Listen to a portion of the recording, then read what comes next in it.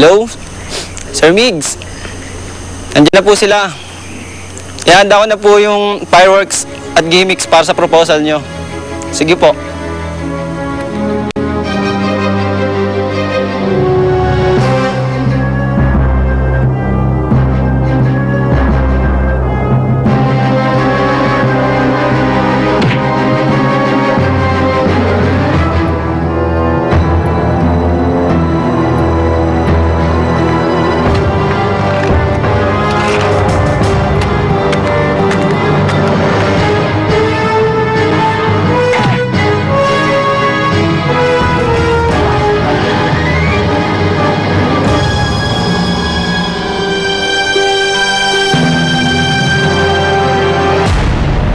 Ched, happy ka ba?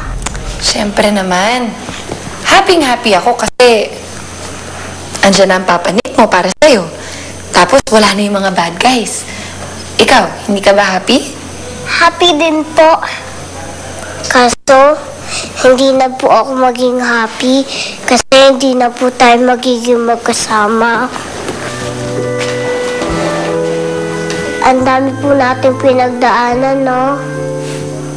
Sinabi mo pa, napakarami talaga. Naaalala mo nung iniwan kayo ng nanay nyo? Tapos si Tatay Lino nawala na rin. Sa akin kayo naiwan, di ba? Nag-alala ako ng gusto nun para sa inyo. Lalong-lalo na kay Upeng. Opo nga eh, nakakalungkot po yun. Isa po yun sa pinakamalungkot na nangyari sa buhay ko. Alam mo, minsan, napapaisip ako, huwag na lang kaya ako mag-asawa. Para ako na lang mag-aalaga sa'yo. Talaga po? Kaya pala po parang anak niyo po kami. At saka parang nanay ka namin. Buti na lang dumating si Papa sa buhay ko. Ngayon, pwede ka na mag-asawa.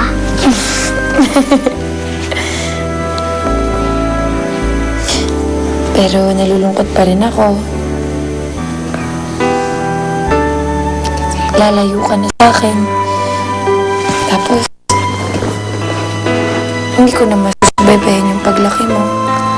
Okay lang po yun. Dadalaw-dalaw naman po ako sa iyo eh.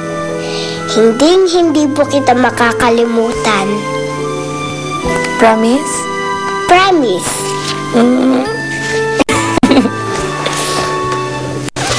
Halika, punta tayo sa taas. Ano meron sa taas?